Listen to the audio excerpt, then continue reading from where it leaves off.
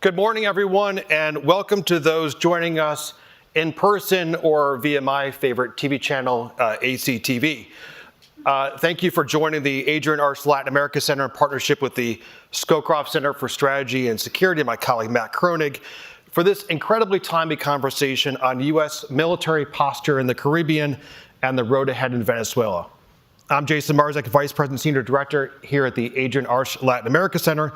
And I would like to begin by acknowledging today the presence of Adrian Arch, the Executive Vice Chair of the Atlantic Council and founder of the Adrian Arch Latin America Center. As all of you know here or watching, she is the true visionary of all of our work here on Latin America since we founded the center over a decade ago. I'd also like to welcome Fred Kemp, President and CEO of the Atlantic Council as well, who is joining us today. On stage is our first panel, which includes General Laura Richardson, Alexander Gray, Daniel Elkins, and Matt Kroenig, who runs our Scowcroft Center. Matt will introduce the panel more formally in a moment, but first let me give some context. As we gather this morning, developments in and around Venezuela have once again placed the country at the center of not only hemispheric attention, but I would even say global attention. Led by the world's largest aircraft carrier, the arrival of the USS Gerald Ford Carrier Strike Group into the Southern Command area of responsibility just on Tuesday, it underscores the Trump administration's focus on the Western Hemisphere. With the arrival, the Pentagon commented that the, quote, enhanced U.S. force presence in the U.S. Southcom AOR will bolster U.S. capacity to detect, monitor, and disrupt illicit actors, end quote. At the same time, the ratcheting up of U.S. military presence has heightened alarm for Nicolas Maduro in Venezuela, reflected by his defense minister issuing a statement to place the country's military arsenal on what he calls full operational readiness. As I wrote last week, escalating tensions also come with Maduro seen across the region as a cancer. The erosion of the Venezuelan economy, the erosion of civil rights, the erosion of political freedoms has led to, among other things, the largest mass migration crisis that this hemisphere has seen. And although President Trump has been elusive on what exactly the plans are for Maduro, the president has said that the dictator's days are, quote, numbered. At the same time, questions have once again risen on what will come with Nicolas Maduro at some point no longer being in power. Remember, in July of last year, Maduro blatantly stole the Venezuelan presidential elections, even as members of the opposition proved that Edmundo Gonzalez had won at least 67% of the vote. Since then, the erosion of state institutions and repression of civil society in Venezuela have only continued to worsen. In the last decade, almost 8 million Venezuelans have been forced to flee their homeland as a catastrophic medical and food shortages, among other things, have jeopardized the lives of millions. With heightened attention on Venezuela, today's event brings together leading experts to discuss and analyze U.S.-Venezuela dynamics today. Our first panel will dive into the evolving U.S. military posture in the Caribbean and its implications for Venezuela, the wider region, and what it also looks like from a global basis. I will then come back to moderate the second panel, which will focus on Venezuela's path to democracy. With that, I'd like to turn it over to Matt Kroenig, Vice President and Senior Director of the Scowcroft Center of Strategy and Security. Matt will moderate this first panel on U.S. military posture and technical capacity. Matt, over to you and your panel. Great. Well, thanks very much, Jason, for that introduction. Thank you all for joining today. It's an honor to be joined by this distinguished panel to discuss U.S. military posture in the Caribbean. We're joined first by General Laura Richardson, who's had a distinguished career, including serving as the 32nd Commander of U.S. Southern Command, where she oversaw U.S. military strategy and partnerships across 31 countries in Latin America and the Caribbean. We're also joined by Alex Gray. He's Chief Executive Officer of American Global Strategies. He's also served as Deputy Assistant to the President and Chief of Staff of the White House National Security Council in the first Trump administration, and importantly, a non-resident senior fellow in the Scowcroft Center. And then finally, in the middle, Daniel Elkins, former Green Beret, Chief Executive Officer of the Special Operations Association of America, and also a non-resident senior fellow in the Scowcroft Center. So welcome to you all. Thanks for being here. And General Richardson, maybe we'll start with you. Could you talk a little bit about the security and threat environment in Latin America and the threats posed by Maduro's Venezuela in particular. Yes, so good morning, and thank you for having me here and to be on this distinguished panel. And so I've testified many times, and I've said many times in terms of the drug trafficking, the human trafficking, the transnational criminal organization networks that are in Latin America and the Caribbean. We had figured out in U.S. Southcom that about $358 billion annual revenue business, that all the illegal activities that occur there. But not just, when you're talking about the narco trafficking and those sorts of things, but the thing is that there's also the threat of our axis of aggressors that's in the region, and more importantly, I think. And so when you look at the Chinese Belt and Road Initiative, 23 of 31 countries, and through this it looks like economic diplomacy from the Chinese, but really on all the critical infrastructure in the region, very, very concerning in terms of in the electrical grids, deep water ports, 5G, space, safe city, smart city technology. And so, and I've also said that just right under our nose and so clearly and so closely to our U.S. homeland, I've said that the first and second island chain to our homeland has been built through this Belt and Road Initiative. And so we worked hard in Southcom to try and figure out and get our U.S. companies and Western companies more involved in the tenders that come out from the countries to compete on the tenders, number one, for critical infrastructure. And so, because you can't complain if you're not competing in the tender process. And so working very hard about that. But back to the transnational organized crime and transnational, right? So global connections. And you're talking about all the illegal activity, not just the drug trafficking, the human trafficking. We saw all the migration numbers that were unprecedented levels that were flowing to our southwest border here in the United States. As a result of the insecurity, the instability, can't get food, health care, families aren't safe, and so illegal mining, illegal logging, all the illegal activities, you add that up, $358 billion. It's very, very powerful. And when you add up the defense budgets for the countries in the region, it doesn't even come close to that figure. So how do you even put a dent into that and counter that? And so this activity that we see is sending a very, very clear message. I think the administration has been very clear in terms of the drugs that are coming to this country and the emergency crisis that we have on our hands, and they're doing something about it. Great. And as Jason mentioned, there's been a lot of focus on this military buildup in the region. I think less an analysis on what are these assets, what are they capable of, how does the arrival of the Ford change that calculation? Could you comment a little bit on what does the United States have in the region now, and what can these forces do? Well, you had quite a bit before the USS Gerald Ford Carrier Strike Group came. And that brings with it additional destroyers and ships, aircraft. Obviously, you have 9 squadrons as part of that air carrier wing that's on the aircraft carrier. You already had an ARG-MU capability, which is like a mini aircraft carrier, the Amphibious Readiness Group, and the Marine Expeditionary Unit that's already there. The 8 ships, the F-35s that are in Puerto Rico. There is a lot of capability that is in the region right now. And so how does the Gerald Ford Strike Group change that calculus? I think it just adds more capability to monitor, to detect, to provide the platforms that you can track and identify all the illegal activity. Well, I want to bring the others in soon, but maybe just a final question for you.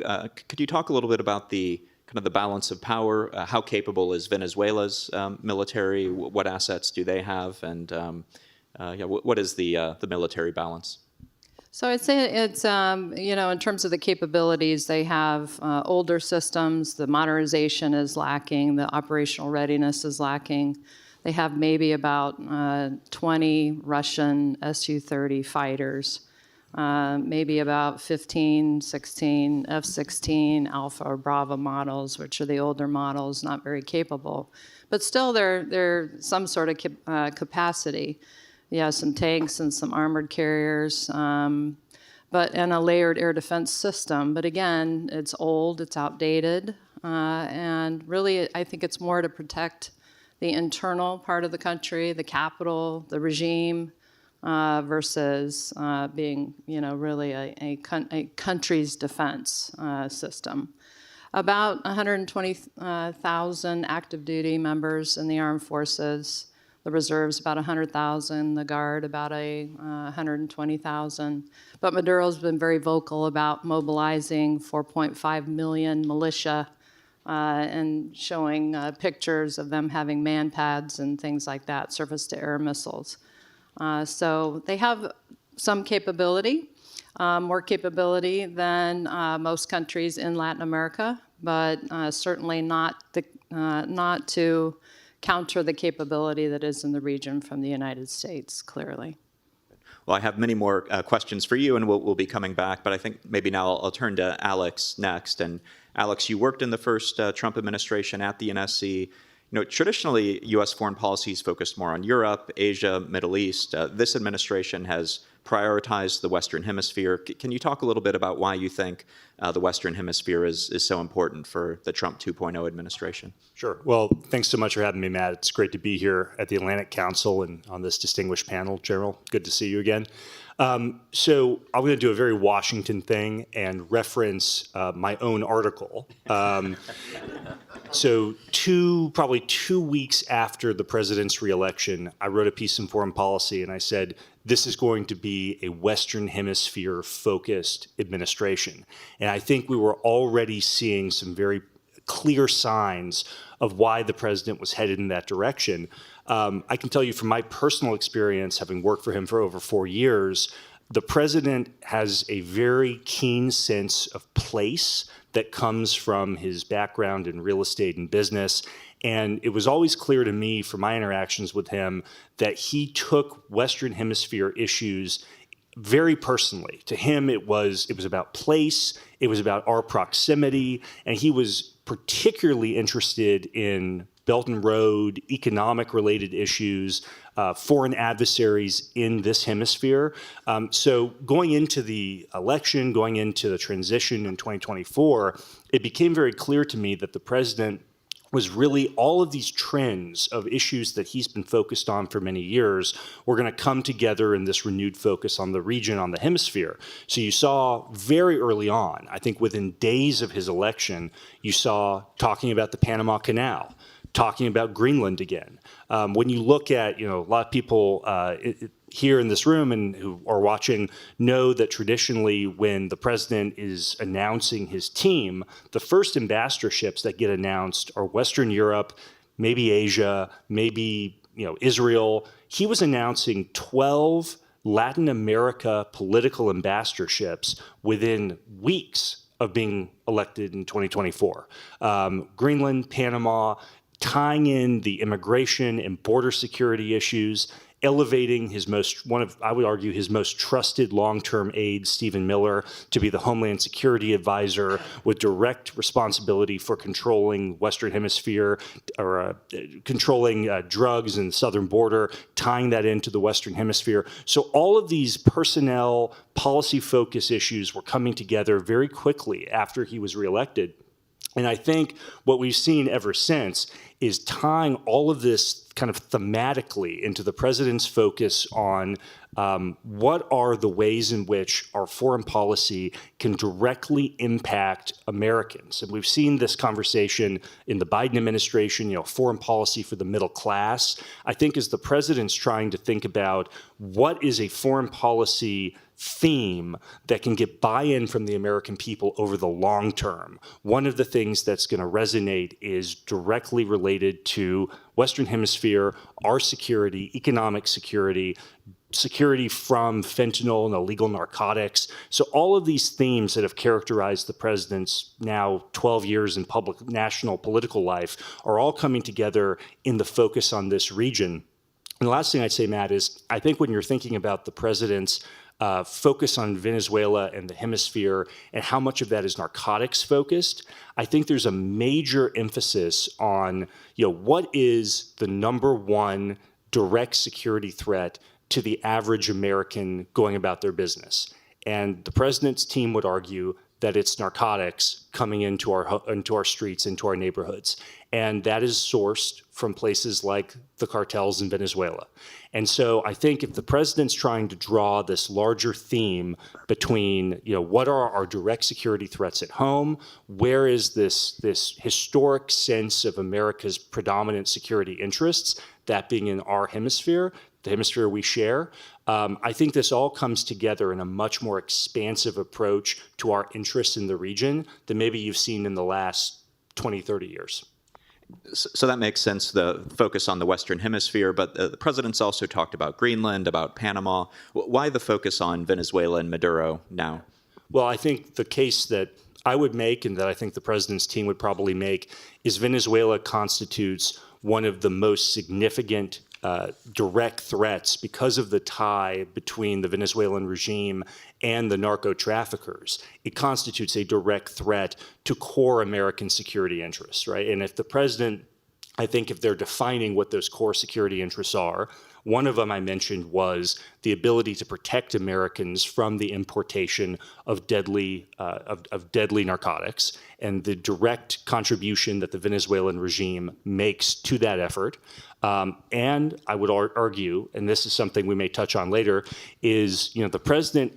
I think there's been speculation in the press that the president's going to have a conversation in his national security strategy, maybe in his national defense strategy, about prioritizing the Western Hemisphere and placing that at a higher level of strategic urgency than maybe it's been placed in previous national strategies. I think part of that, in my view, is the role of our number one peer competitor, the People's Republic of China, in this hemisphere.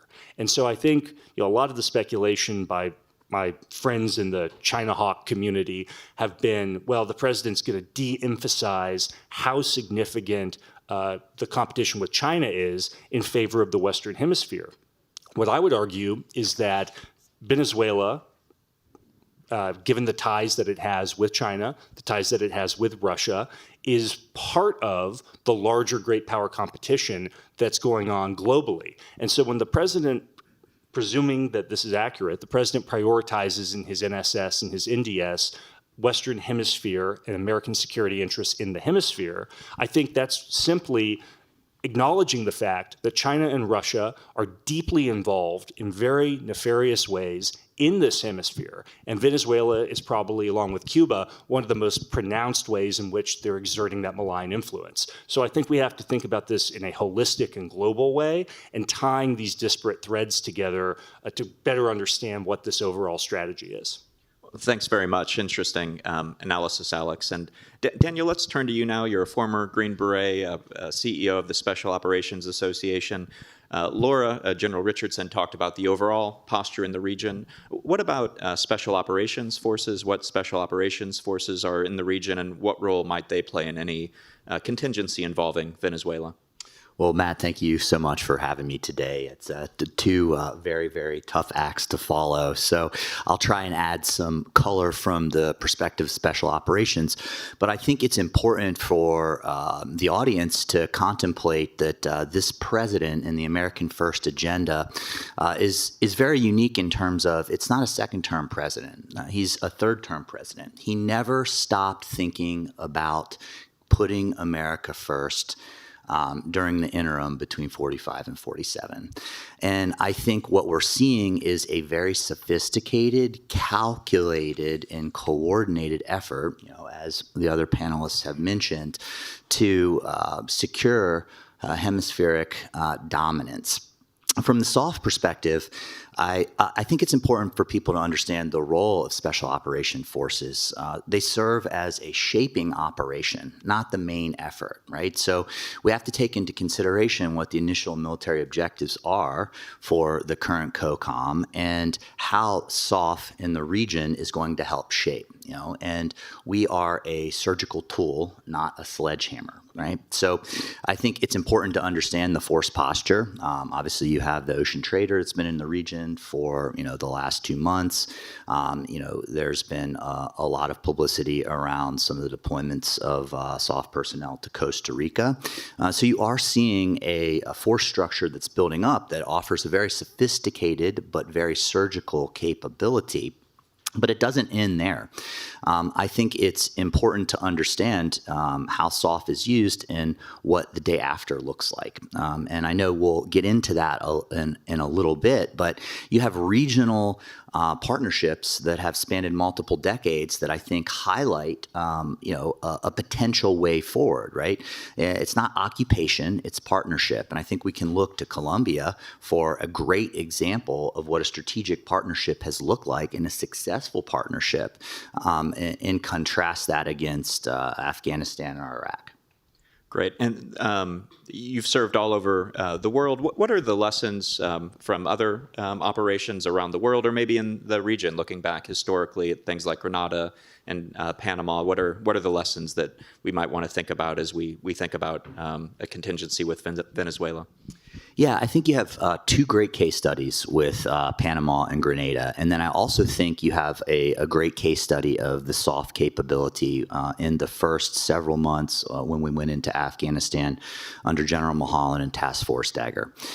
You see highly trained, highly elite, highly specialized forces capable of doing a lot. And I think in Panama, you saw a significantly higher force structure. And, I think I would argue that Grenada was a much more successful operation, both in terms of human terrain and the lasting impact. I think the president understands what the American people want, and we want safety here in the United States. And as my colleagues mentioned, this illicit flow of drugs, which starts in Colombia and Venezuela, and then as it makes its way up the chain, it's laced with fentanyl. And, the statistics are different between who you ask, but, anywhere from 80,000 to 100,000 deaths every single year. I would argue that is war. That death toll, exceeds Vietnam. And I think the lessons learned of counterinsurgency, occupation versus partnership, really understanding that the day after and what that looks like. The president has been watching this for, over a decade. And I think he's very keen, and we're massing these forces as a way of projection. I mean, I think we all would agree that a peaceful transition of power would be ideal here. But we have the SOF capability in the region to give the president optionality in case we need it. Great, thanks very much. And we will be turning to audience questions in just a moment, so be thinking of your questions. And you can submit those online at askac.org. Again, askac.org. It'll populate up here in my iPad, and I'll come to those in just a moment. But General Richardson, let's maybe come back to you. And you obviously had responsibility for this region. When you were there, where did Venezuela kind of rank in the threats and the contingencies that you worried about? Was it at the top of the list, or how did you think about Venezuela when you were in the role? So in terms of Venezuela and how we looked at it in terms of from the perspective of U.S. Southcom, is the capabilities and the what was happening just internally within the country, and the 8 million people from Venezuela that fled from Venezuela into a region already hurting from GDP impacts from COVID. So countries, as I would go down and visit in Chile, they have the migration problem, right? So the migration problem just didn't go from Venezuela and then up through Panama through the Darien and so on and so forth. I mean, it went around the entire South America. All the countries were dealing with an influx of people and figuring out how do we take care of these people, assimilate them into the countries, or continue their move back north. And so as we looked at Venezuela pretty much kept to themselves, internally in the country in terms of the threats. Of course, we've seen the saber rattling that they've done to Guyana over the past 3 years with the offshore oil that was discovered. I think the Essequibo disputed region all of a sudden became a big deal again. But I think that really that was due to the oil that was discovered offshore. And one of the fastest growing GDP countries in the globe for the next 5 years, 25% GDP growth. And of course, you have Exxon and Chevron that are working that offshore oil field. So ironically, half of the disputed region is half of that oil field. So but, in terms of threatening either way, but we didn't look at them really as so much of a threat because they weren't outwardly, other than what they were doing with Guyana. Now, certainly, if you go to the Venezuela and Colombia border and the activity, the major drug activity that was ongoing, and the safe haven that Venezuela provided, right? For those cartels to just move, go back and forth across the border. And so when you think about that and that huge activity that goes there, and Colombia is not able to do anything about it, it just fosters that continued, as I talked before, the 358 billion transnational organized crime in the region, that foothold that it had there. So assets like the Ford are scarce. My sense is that combatant commanders are often fighting over these scarce assets. This is an unprecedented buildup in the region. How unprecedented is it for the Southcom commander to have this many assets at their disposal, and how enduring can this be? There's been a lot of speculation that the Ford can only stay so long. It's going to be needed in other regions soon. Can you kind of talk about what this means for global force posture? Well, for global force posture, exactly right. I mean, this is a lot of capability that's in the region. And so, but you talk about peace through strength. I think it just further doubles down on how our administration and how President Trump is looking at this situation. And by bringing the Gerald Ford and the Carrier Strike Group, it's not just the one aircraft carrier, it's a bunch of other capability that comes with that. I mean, he is doubling down, and so certainly we would like to see something happen peacefully and not have to use that. But that is definitely a symbol, and the world's largest warship that is sitting right off the coast of Venezuela with a lot of capability. Good. And as I said, we will be going to audience questions in a moment, so please do submit your questions at askac.org. But Alex, back to you, and maybe a similar question. I know some of our friends in the Pentagon have been saying for a long time that China needs to be the priority. How do you think they're thinking about all this capability coming to the Western Hemisphere, and how enduring do you think this focus can be?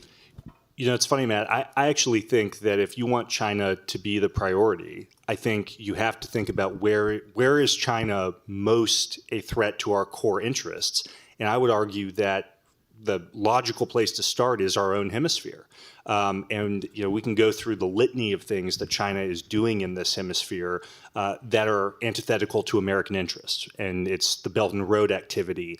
It's launching, I think there's Chinese Marines are now training in Brazil, I believe. I mean, there are a number of activities that China is doing in this region are remarkable, and they've accelerated rapidly since COVID.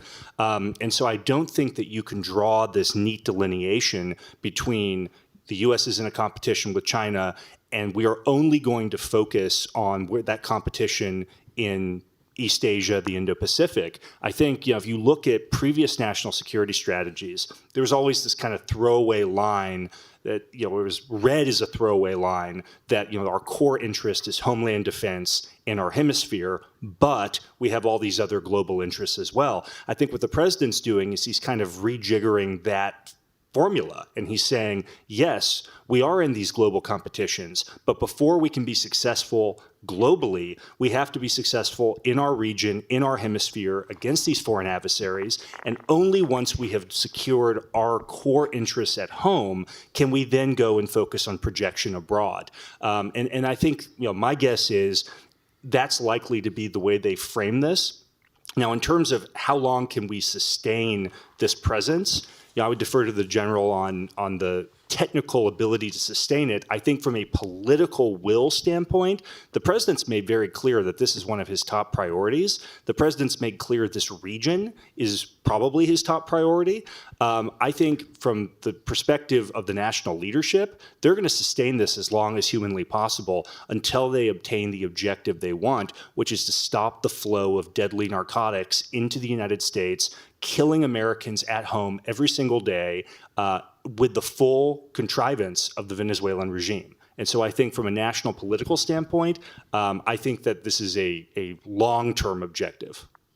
General Alex just raised the question of technically how long can this posture be sustained in the region? Could you comment on that? Is this something that can be sustained over the long term? Well, I think it can, but it's in terms of the exercises and the training and building the readiness, not consuming the readiness of the forces. And so a lot of exercises that would be going on with partners in the country as well, in the region, and different exercises. We've seen exercise going on in Panama with the U.S. forces.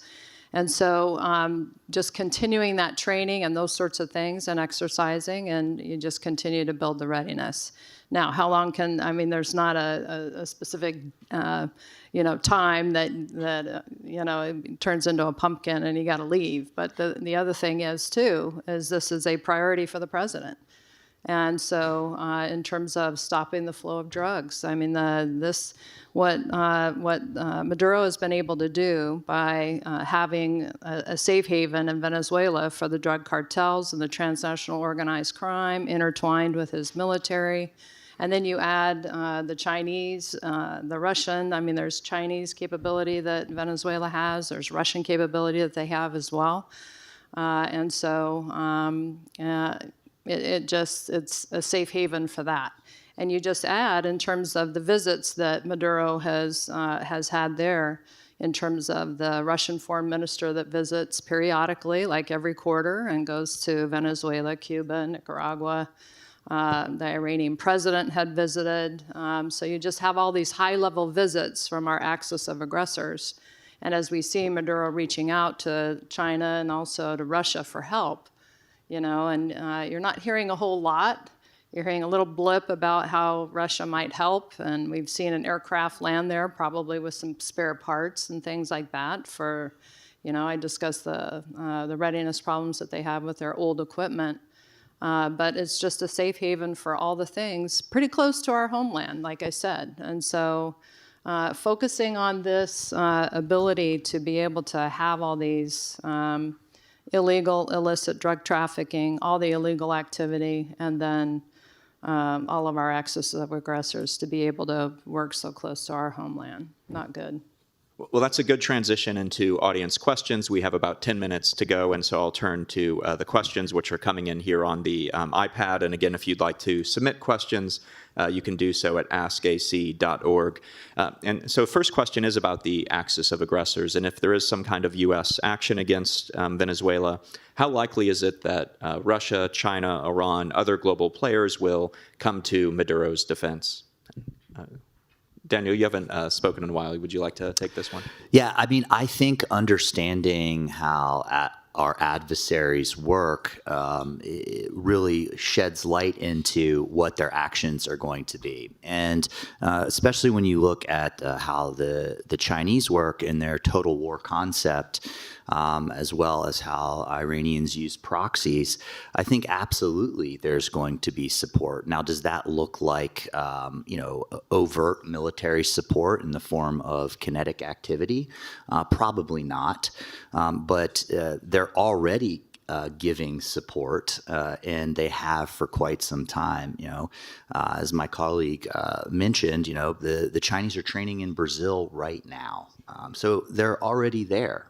So I don't think that that's going to change if there is military action that takes place. I think that we will see that escalate. Well, here's a great question for the Atlantic Council. Our mission's all about U.S. leadership alongside allies and partners. We have a question here about allies and how can U.S. allies outside of the Western Hemisphere support the Trump administration's efforts in Latin America? And Alex, do you want to take this one? Maybe what could the Europeans or Asian allies do to help? Yeah, well, maybe an unsatisfying answer, but I would say the best thing that they can do is to help burden share and focus on securing their regions. So our European allies can continue to build capability so that they can be the front line of defense against Russia in Eastern and Central Europe. Our Asian allies can continue to grow their capacity, like our friends in Japan are doing so impressively since Takaichi-san was elected.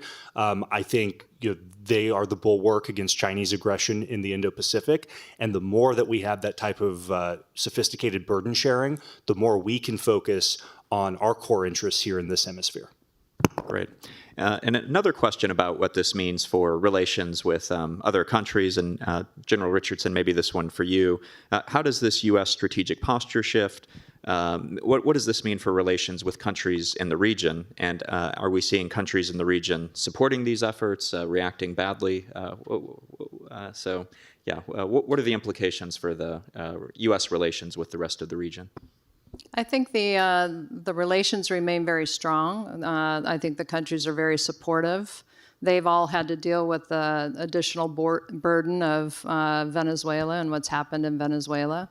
And so, but I think they're waiting to see what's going to happen as well. And I would say that a peaceful transition is what I would think the goal would be. I think that's what the entire region would want to see as well. But Alex made the point in terms of all of these things happening in the region are globally connected, and what happens here matters in other places as well. I think that our axis of aggressors are watching very closely in terms of what we're going to do and what capabilities that we're going to use and that sort of thing. But again, I go back to the peace through strength. And the deterrent effect that it creates by having all that capability there. And so certainly, we can't ignore the $50 million bounty that's on Maduro's head as well. But it would be good for an internal thing to happen to where Maduro just departs. Great. And I do remember on the Sunday shows a couple of weeks ago, both Lindsey Graham and Rick Scott said that that's the best thing that Maduro could do is to leave and go find a new home in Russia or China. And in terms of the regional support, I saw an interesting poll. Maybe you all saw this as well. Really competing polls, but one that showed that there's actually majority support for some kind of action against Maduro within the region. So I think he has worn out his welcome. We have a question here from Fred Kemp, President and CEO of the Atlantic Council. 35 years ago, I wrote a book about our ouster of the dictator Noriega in Panama. What's in common is federal indictment. Could this also be about regime change? And I guess on the Sunday shows, or his interview with Nora O'Donnell recently, she asked, are Maduro's days numbered? And he said, yeah, I think so. So, Alex, you said this is about counter-narcotics. Is it also about a new government in Venezuela? Well, I agree with what the general said. I think if we can have a change in the regime that happens internally, that's the best outcome. And as has been said, the Maduro regime is directly responsible for a significant amount of the narco trafficking that's killing Americans. So we have to draw this direct parallel. It's not like there's this amorphous, these things are just happening. They're happening because the Maduro regime is working hand in hand and in some ways is almost inseparable from the narco traffickers. And you mentioned the $50 million bounty, General. That is particularly because of what is happening on the narco trafficking side. And this is a To try and peel that away from Maduro himself is impossible. He is totally integrated into that system. So, to the extent that we can have regime change that occurs from an internal source, that's ideal. But I think where we're headed is this regime, as currently constituted, poses a direct threat to U.S. national interests, and that is why the president has taken the action that he has. And this definition I keep talking about of what are our core interests, and that the hemisphere constitutes a key core American interest, and it is inseparable from homeland defense, I think leads to the conclusion that there has to be a change in the Maduro regime. And this is a good transition into the next panel, which we'll get into the domestic political situation in Venezuela. But Daniel, it looked like you wanted to comment on this regime change. Yeah, question. I'll be very direct. I think yes, 100%. And I think that anyone that doesn't think so is being very, very political, or say so, I should say.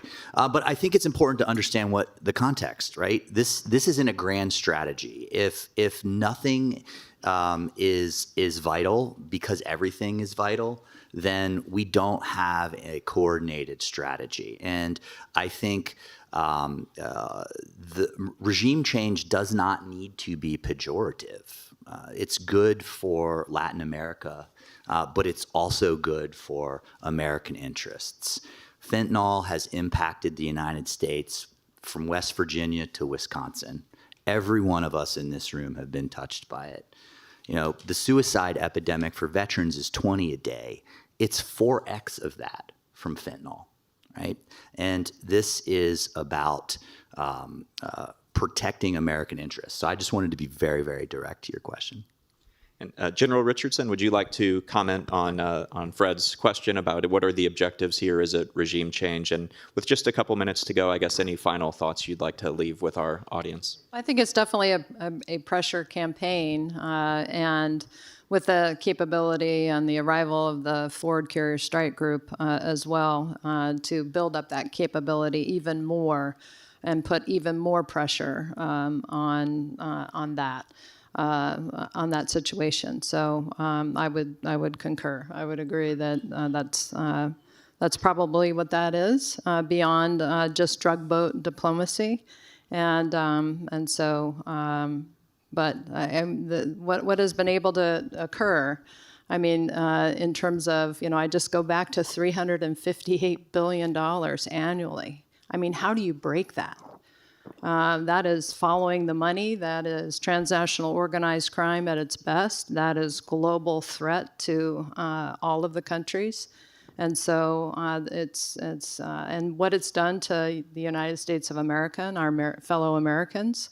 And so it's very, very clear. Again, I think it's been very clear in terms of the objectives, about the crisis, about the emergency in our country, and action is being taken.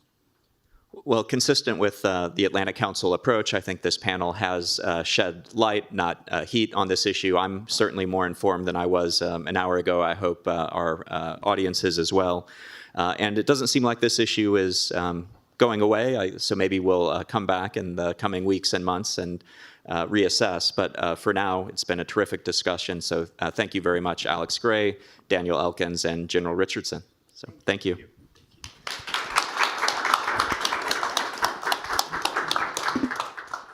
And now I'd like to turn the floor back to Jason Marzak, the director of our Adrian Arsh Latin America Center.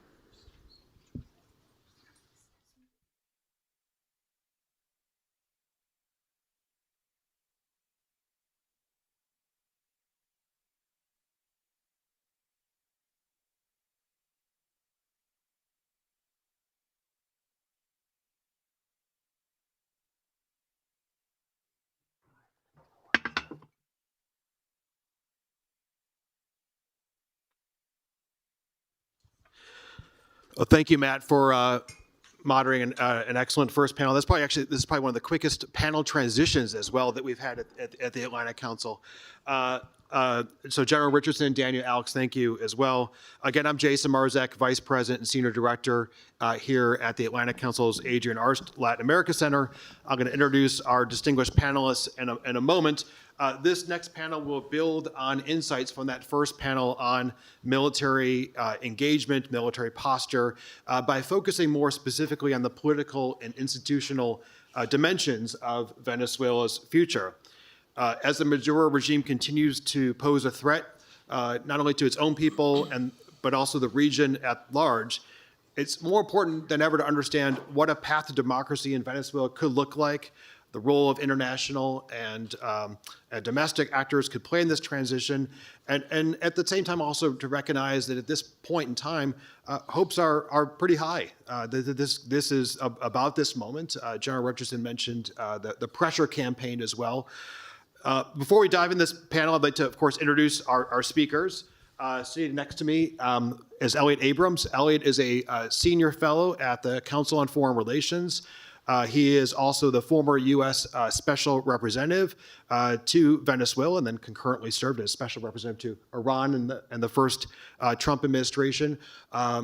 Alongside, and I could probably spend the next 10 minutes talking about Elliot's background, but I will also say he has also served as U.S. Deputy National Security Advisor from 2005 to 2009, among other things. Welcome, Elliot. Great to have you here. Next to Elliot is Iria Puasa. Iria is a senior research fellow here at the Atlantic Council's Democracy and Tech Initiative. Iria investigates information operations that undermine democratic institutions and that fuel political instability. As well, she was previously an associate professor at the Central University in Venezuela and received her master's from the Andres Bello Catholic University in Venezuela. So Iria, great to have you as well. Next to Iria is John Polga Hasimovich. John is an associate professor at the U.S. Naval Academy, but speaking here today for your own personal perspective. John also recently co-edited, I will say, one of the many must-read books right now, but a book that came out earlier this year, I believe it was in March, John, titled Authoritarian Consolidation in Times of Crisis, Venezuela under Nicolas Maduro. Iria is actually one of the contributors to that book. So thank you all for being here today. As with the first panel, we will also be taking questions via askac.org, so feel free to submit your questions, whether you're in the room or watching via live stream around the world. Feel free to do your questions via video, text, or audio. Most people don't choose video, so if you're brave, you can choose video questions. But let me start with you, Elliot. As I mentioned, as Special Representative for Venezuela from 2019 to 2021, you experienced firsthand an incredibly historic moments of hope, I think, in Venezuela, and a time in which, at that point, the interim government was amassing substantial international recognition at that point. How does this moment compare to that period in time? How does this moment where we are today compare to that moment? Thanks, Jason, and I'm delighted to be here at the Atlantic Council. There is one political difference, and that is that Venezuela now has an elected president. Every democracy, every NGO you can think of has said that there was a landslide victory for Edmundo Gonzalez. So there isn't anything about, well, the election was or wasn't good, and, well, the Constitution says it's a speaker of the... No. There's an elected president after a landslide victory. That's different. What is the same today, I would say, is that there is a pressure campaign, economic, political, diplomatic, and now the military has been added, but so far it isn't enough. We found out, obviously, last time that the economic sanctions plus the diplomatic campaign, we had 60 countries, as I remember right, saying Maduro's got to go. It wasn't enough. What has been done so far isn't enough. Quite obviously, it hasn't worked. Maduro's still there. So it raises the question of whether, well, let me put it a different way. We had a pressure campaign. This campaign is a pressure campaign as of today. It's a kind of psyop, I'd say. The announcement that, we have a covert program. Publicly, it's a psyop. The assembly of this flotilla, as of today, it's a psyop from the point of view of the regime. Whether it will go further is, I think, the key question, and it was being discussed, of course, at the end of the last panel. Great, thank you. Thanks, Elliot. I'm going to get back to some of your points in a moment. Let me go to you, Iria. So you spent over a decade investigating the nexus of information networks and authoritarian regimes, with a focus as well on asymmetrical information warfare in Venezuelan media spaces. What are some of the insights that you can give on how the regime exploits Venezuela's information ecosystem to retain power, and how is it also doing that now? I want to start by describing the whole system. Okay. So information operation is one pillar of the system, the digital system of repression and the authoritarian government in Venezuela. But there are other two pillars. We had the surveillance pillar and we had the censorship pillar. The information operations came on top of that. So I want to spend a little bit more time of describing how the surveillance system work, because it's a part of it's no often described outside Venezuela. So the Venezuelan regime had established a system in which every step Venezuelans do online and also offline is recorded. So they intercept private communications for at least half of the population. There is a network of facial recognition CCTV cameras across the countries, which is connected to the command and control centers of the security forces. There is a continuous monitoring of social media activity, and there is also all the database integrated to the online system, which tracks food consumption, welfare benefits, medicine access, chronic illnesses, how the people move around the country, because it's targeted with how people fill gas in their cars or how they use public transportation like the subway. So all that information is at disposition of the regime and is used to track dissidents, and in some cases have been used to jail people, but it mostly works as a deterrence, as a way for people to know you are being watched, so it affects the way in what people move around and is able to demonstrate. More recently, they had all the patrolling drones who had surveilling manifestations, surveillance public demonstration.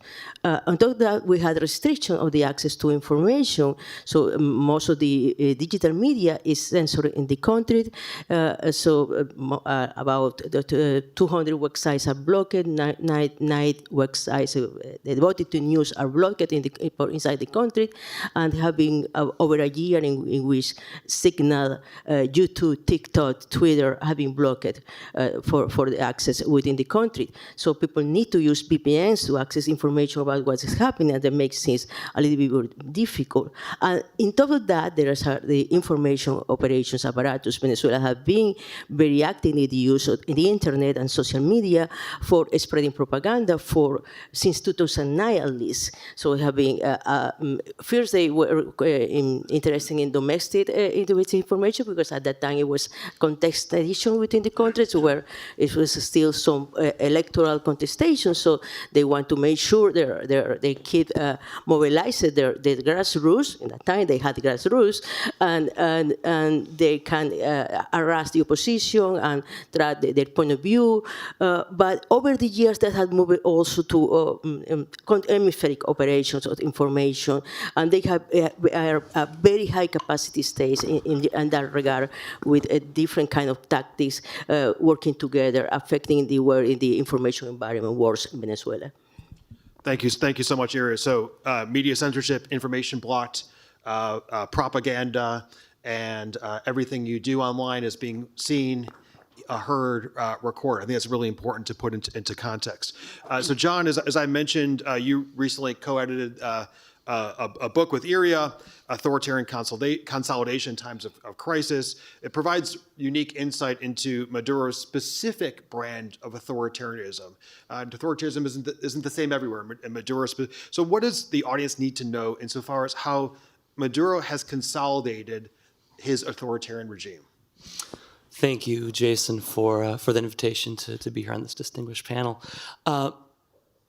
The point of the book was to explore whether Maduro as an authoritarian was something that was responding to the political moment, really the political moment beginning in 2017 and culminating more or less with the pressure campaign in 2019, or whether it was part of a deeper, longer project, which is to say, was authoritarianism meant for him to survive, or was authoritarianism his logic of governance? And I think what the volume proposes is that this is a logic of governance, right? This is a long-term project and not something just about the survival of the individuals that make up that regime.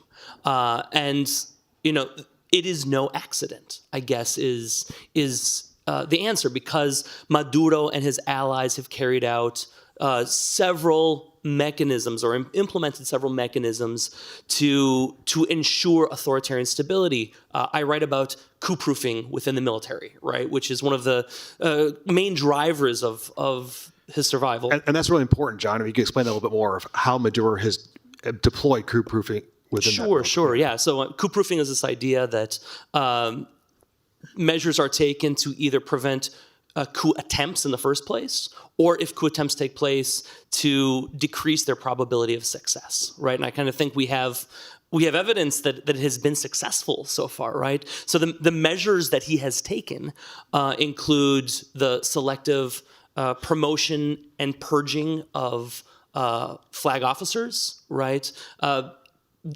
Promotions at a dizzying pace. Right, so I believe over the past, since he came to power, I believe there have been more than 2,200 promotions to the flag officer level, which is far more. I believe our number of flag officers is capped in the United States at 906, something like that. But certainly many more in Venezuela with a much smaller force than in the United States. So that's one. A second mechanism that he has used is counterbalancing. So creating the civilian militia, funding that civilian militia that Chavez created, right? The Bolivarian militia, as well as using colectivos as shock troops, as paramilitary groups, to put down protests, right? So these are groups that could counterbalance a military that might seek to overthrow Maduro. He has also seeded intelligence agents from both Cuba and Venezuela's own military counterintelligence organization into the military in order to impede coordination, because coordination is necessary for a coup, especially from the junior ranks. And the fact that there are so many generals and admirals means that coordinating a coup at the officer level is also very difficult. And so in some sense, these are like innovations in coup-proofing that Maduro, purposefully or not, has carried out. I think it goes back to your original point, John, authoritarian regime for governance, right, and long-term growth. Elliot, I want to get you to ask you to feel free to comment on points that Iria or John made, but also I think important context, and you mentioned this at the outset, I mentioned this in my opening of the event today as well, is the blatant stealing of the election in 2024, and how you see a path toward a democratic transition in Venezuela taking shape now, given the fact that the writing is on the wall for the world. That he actually wasn't reelected a year ago. So feel free to comment, but also what is that path to democratic transition? How does that differ? If you could explain a little bit more about how does that differentiate that path given those developments from last year? First, I think this is a unique situation in South America. As I think back to the transitions to democracy in Brazil, Argentina, Uruguay, Chile, you had a negotiation between the democratic parties and the military. And basically it was, if they'll go back to the barracks if they get amnesty. These were military regimes. This is not a military regime. This is a criminal regime. This is a criminal gang, and it's different. And I think it helps explain why it's harder to figure out a way to negotiate them out. In fact, I think it's impossible. I think really there will have to be a kind of uprising. It can be civilian, it can be military, it can be both. And I think your points about the military are very well taken, which means to me that there needs to be an outside form of pressure, and that means us. So far, the ships floating in the Caribbean hasn't done it, because while the U.S. military has hit these little boats, they haven't touched Venezuela. My hope, of course, and maybe I'm too optimistic because of that hope, would be that if the United States does that, you will begin to see more cracks in the military. There are cracks in the military, or there wouldn't be whatever the right number is. I think it's not very far short of 200 military officers in prison right now. Why did they feel they needed to kill Lieutenant Ojeda in Chile? Again, I think it's fear of the dissension that they know exists in the military. I just think some kind of shock to the system is needed to produce that opening. Thanks. I'm going to get into, after this next one, I want to get more into foreign actors and actually specifically you talked about the ability of countries to consolidate. Years ago there was the Lima Group. We don't have the Lima Group right now, but I want to first, Iria, ask you. You mentioned the threats to the online environment and the challenge the online environment presents, but also are there opportunities that online spaces could provide for alternative narratives to combat Maduro's disinformation at this time? Yes, effectively, Venezuela has been using online space for contestation for years. So it has been that dual dynamic. So the regime using for propaganda and tracking dissent, and the opposition force and the journalists, independent journalists, activists, using it for spreading ideas about democratization and the defense of freedom of expression. Currently, the situation is even more limited and more restricted. As I mentioned before, the most popular apps had been blocked in the country. People still had access using VPNs, but it's a little bit more complicated. But also there is the repression occurring after the elections in 2024 made people to be a little bit more cautious about how they express online. The cut on the dissident was so harsh, and so many people were really used for opinions. The people are now more cautious about the way they use the internet. So that means people have been moving to more private space. And a lot of the conversation about political matters in Venezuela had moved to WhatsApp. So Venezuelans lead in WhatsApp. Venezuelan organized in WhatsApp. All the public, what used to be public debates in universities of mass media is now happening in closet groups, and that is something made difficult for people outside Venezuela to understand the country political climate, because you are not into those spaces with activists, politicians, journalists are talking every day. And that also means it's more difficult for the regime to control the narratives, because they are also lack the visibility they used to have. And that allow people to continue to organize during this kind of high repression that created different dynamics about the way people spread information, and the normal everyday sitting consume information is always happening through these more private closet channels. That make a little bit more unpredictable to see how the public opinion is going and how that can translate from opinion to mobilization, because it's more restricted the access to information we all have as analysts. So, Ira, what you're saying is that the threats to the information environment allow Maduro to perpetuate power, but at the same time, as the information environment has changed, it also gives opportunities for organization and a more private environments with maybe less threats to those who are organizing, given the private Yeah, nature of chess. exactly, Jackson. We observed that dynamics in the last 2 years. We observed what people weren't expecting, the organization of the primaries, but it was happening in those private space. Yeah. People weren't expecting the organization for the presidential election, but it was happening in private space. And probably we are seeing the same dynamics right now. John, I want to go back to you. How does, as we look at this particular consolidation of institutions that you've written about, how does this impact the future of a country and its potential and its hopeful transition back to democracy? I mean, what does that look like with the way in which Maduro has? You talked about the military previously, but it's institutions across the country that have been the victims of his authoritarianism. Certainly.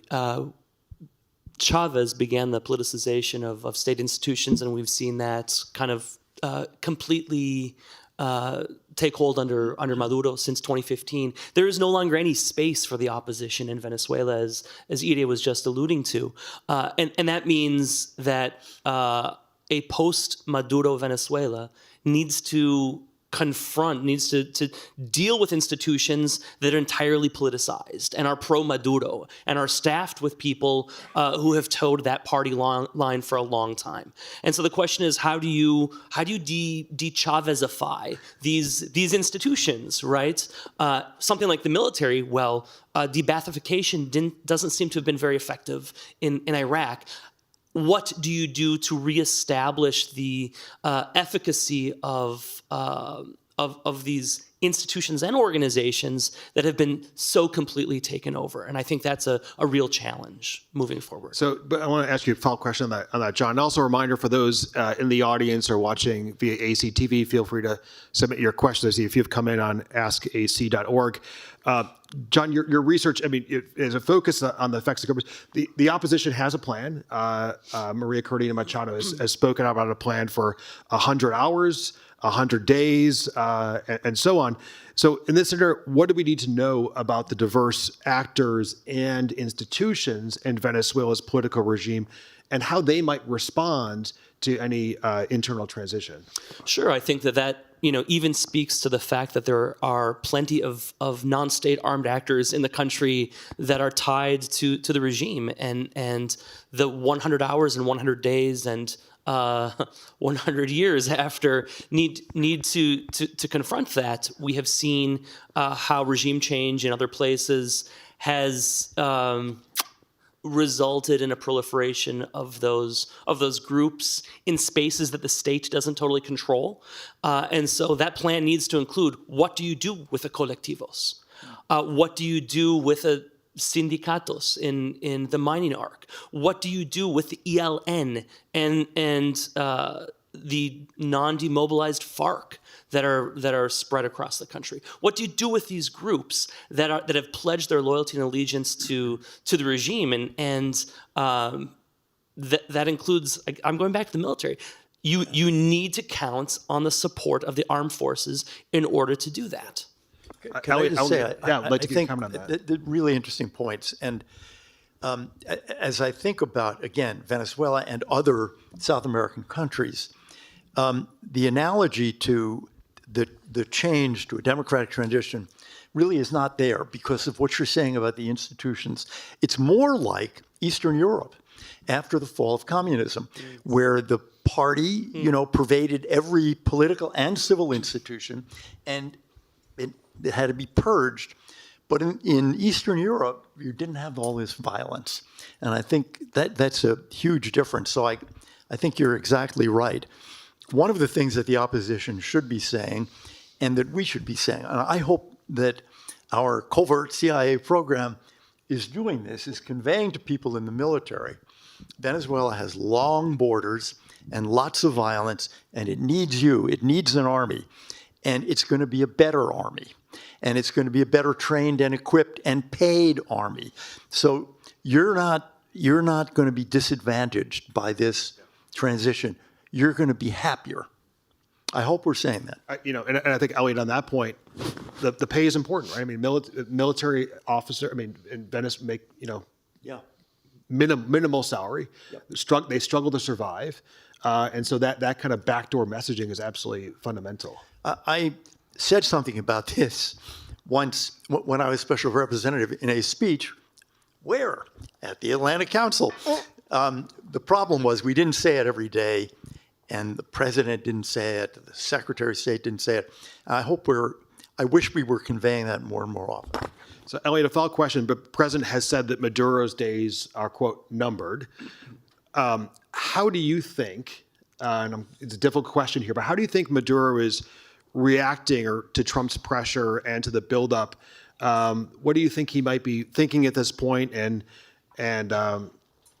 what kind of reaction do you continue to expect potentially from him and those around him? I think that he must be wondering now, does Trump mean it? In the first term, we've had a big challenge to the regime, but in the end he survived. In that sense, he won.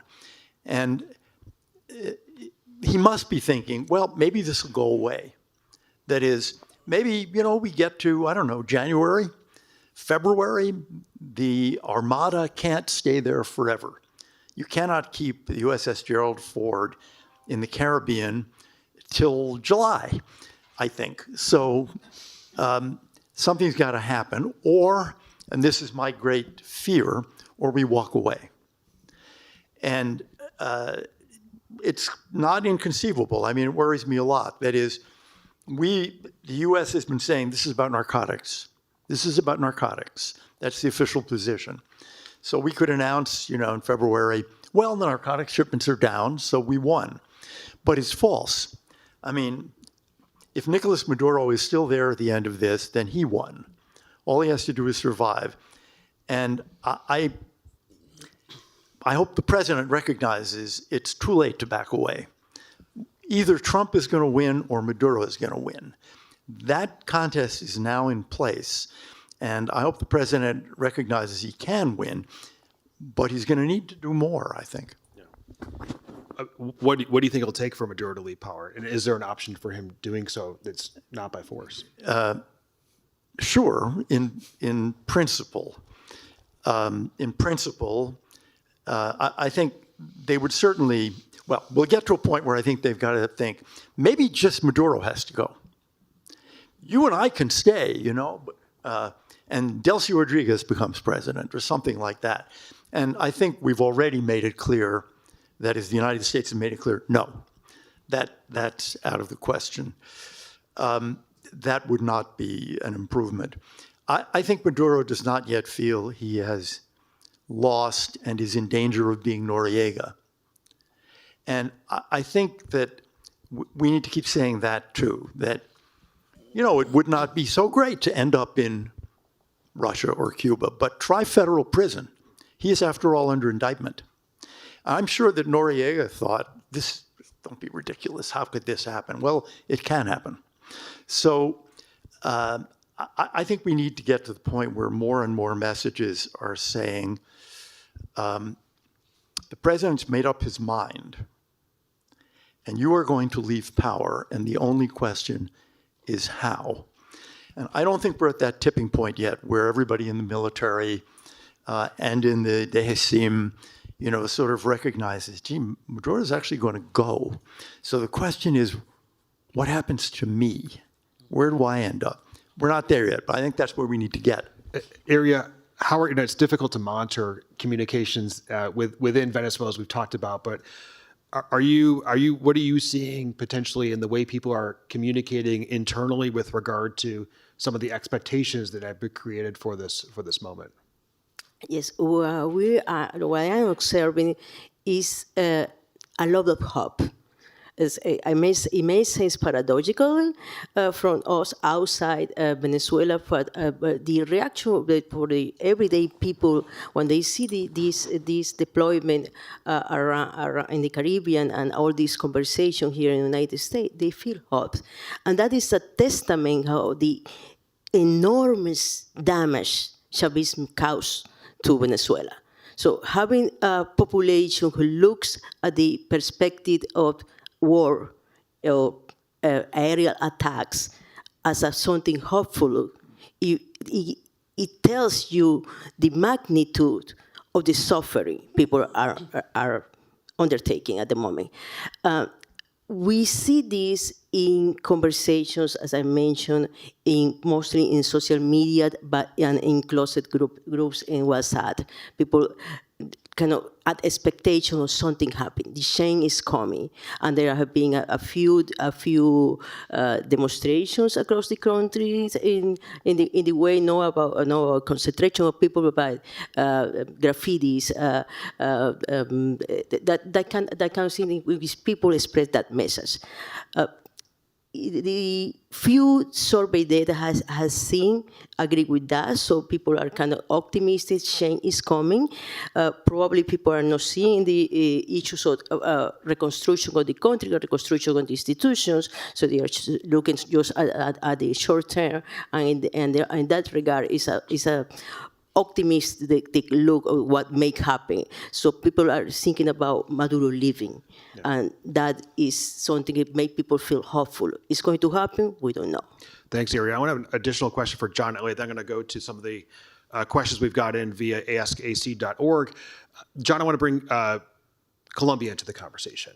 Petro recently proposed that its security forces cooperate with Venezuelan counterparts to protect sovereignty and regional integration. He was clear to say not to defend Maduro, but to protect sovereignty. Very different Colombia today than back in 2019. Colombia, historically one of the U.S.'s most important allies, not frankly even in the Western Hemisphere, but I would even say globally, and I hope we will get back to that point when we're on the stage in hopefully a year from now or earlier. But what do you see insofar as the role of Colombia at this time? And Colombia previously was a facilitator in trying to bring back democracy. When Elliott was special representative, Colombia was a strong partner in the past, versus the role of Colombia today, given obviously the many shared interests, the ELN, the FARC that go across the border, and the migration, other aspects. Yeah, unfortunately, Colombia under Petro is a facilitator in a different way, and it facilitates the regime in Venezuela, right? By not loudly denouncing the sham elections, right? The fraud in the 2024 elections, by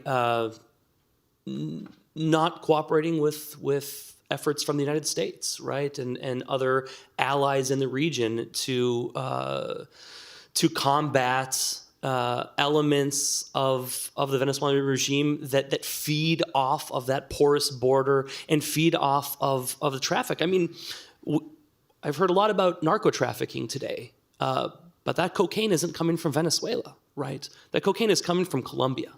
And so that requires buy-in from the Colombian government and from the Colombian military and Colombian policymakers, and it starts with Petro. And you know, I don't think that he will be president in, however many months from now when there are elections. And so that changes the calculus. But we're dealing with the present moment. And right now, Petro is more of a hindrance than an aid for the United States. Yeah. I think I wrote recently, I'll do the Washington thing, wrote recently that the U.S.-Colombia relationship has never been at this difficult of a point in probably at least 30 years, right?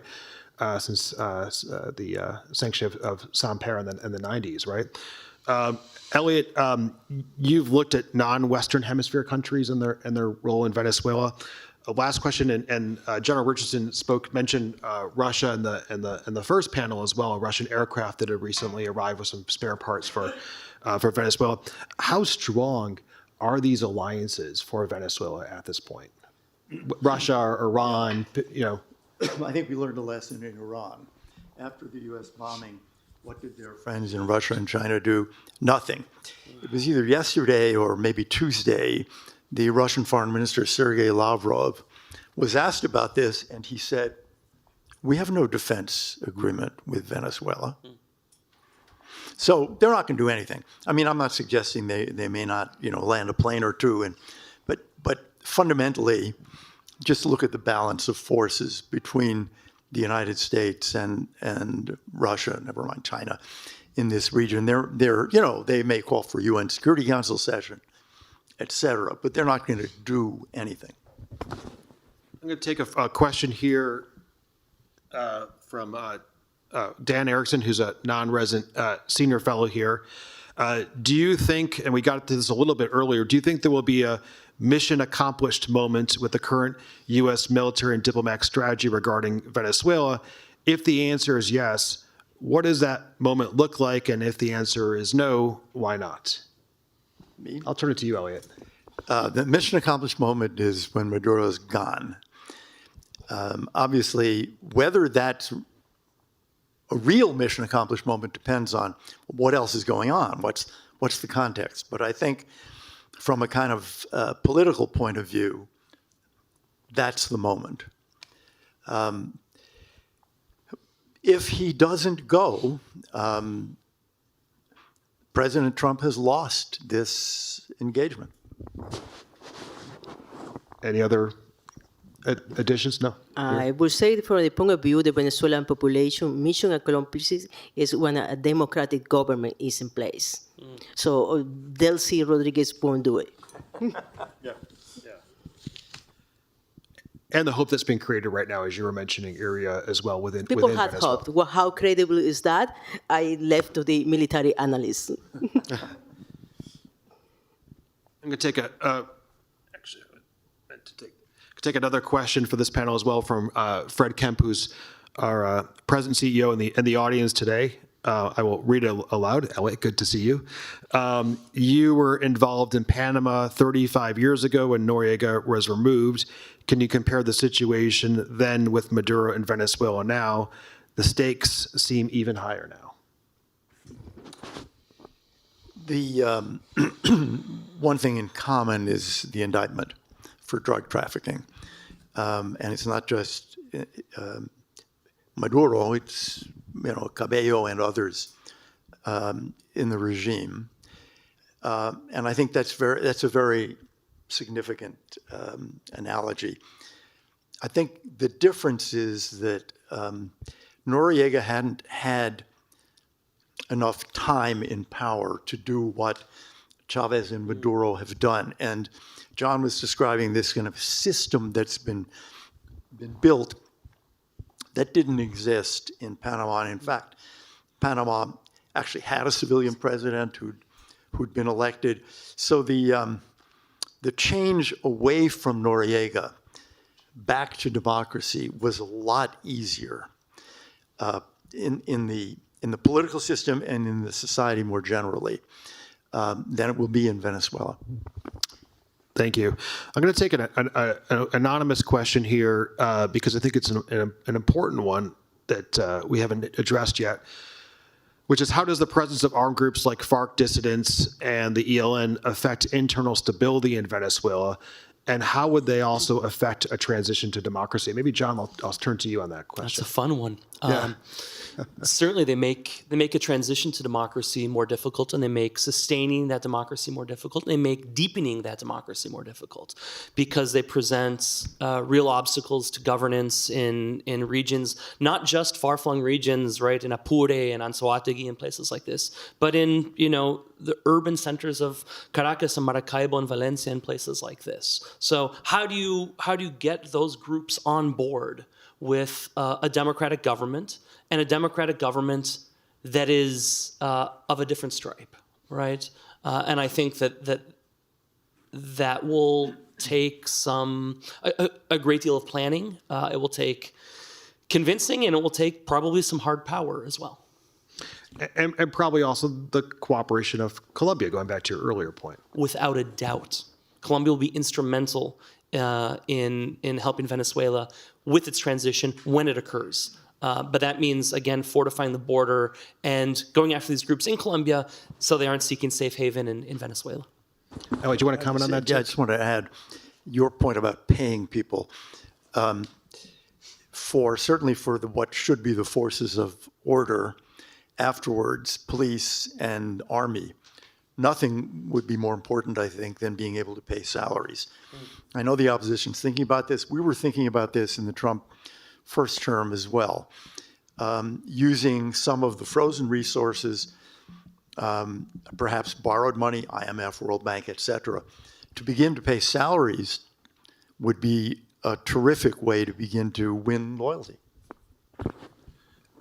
Excellent points. I want to take another question here, which looks at the. Actually, it's not coming up there. There we go. Go live. Felix Schultz Alternenberg, if I'm pronouncing that correctly. Democratization partially depends on the region the country is located.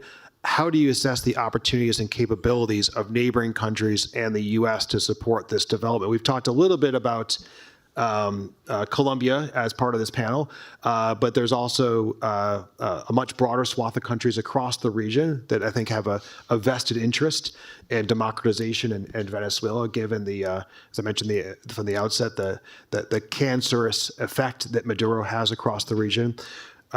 So in that moment, what is the ability for a hemisphere that's pretty divided in many areas to be able to support any opportunity for democratization? I'm a pessimist in general, but with regards to this question, I think I'm an optimist because Venezuela has the luck of being located in Latin America, which is largely democratic, right? It's not Libya located in a sea of dictatorships. And so in that sense, we know that diffusion effects are real, regime diffusion effects, and that democracies help other democracies. And so I think that a democratic Venezuela would receive support from its neighborhood, so to speak, and that it would also help fortify other democracies, potentially. So I'm totally optimistic take.